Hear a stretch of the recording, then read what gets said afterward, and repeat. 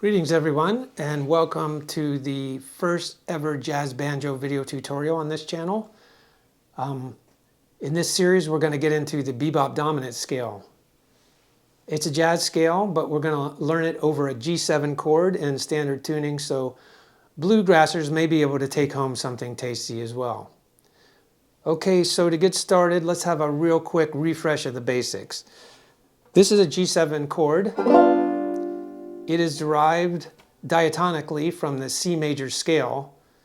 G is the 5th degree of the C major scale. Starting on C, 1, 2, 3, 4, 5, that's G.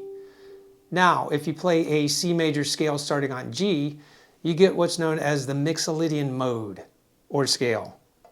And that sounds like this.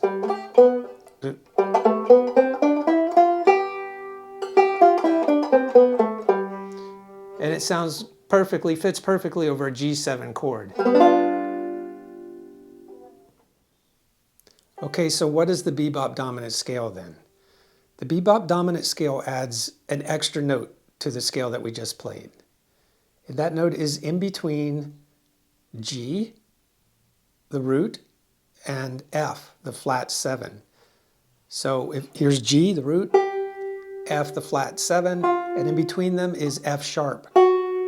Sounds awful, right?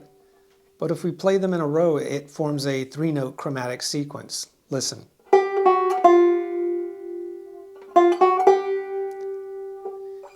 And then if you play that, the rest of the scale after that, then you have the Bebop Dominant Scale, and it sounds like this.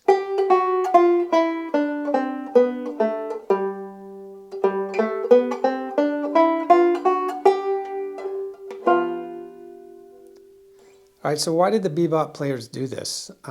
They added the extra note because they found that by doing so, the strong chord tones fall on a downbeat, and the lines drive harder and flow better. All right, so now that we've been introduced to this scale, I'm going to show you some movable closed positions with G as the root.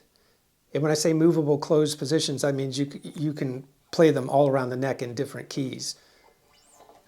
All right, so here's the first position that we just played and just learned.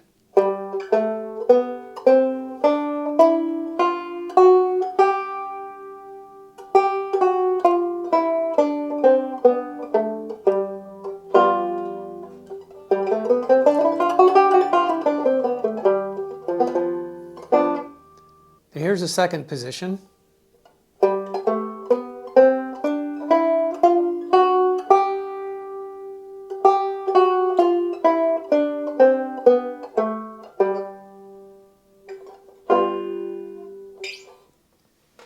And here's a third position.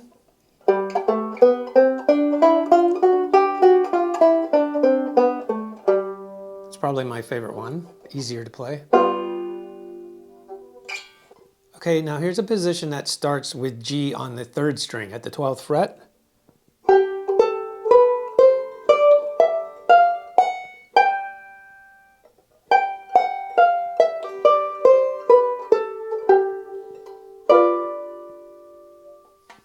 And finally, one more position with the root at the on the 3rd string at the 12th fret.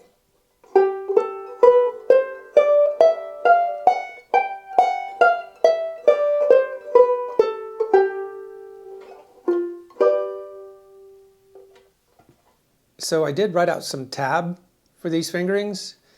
If you're interested, there's a link in the description of this video where you can download it for free. And that about brings us to the end of this first lesson. The next lesson we're going to learn closed position fingerings for the other chord tones in the chord.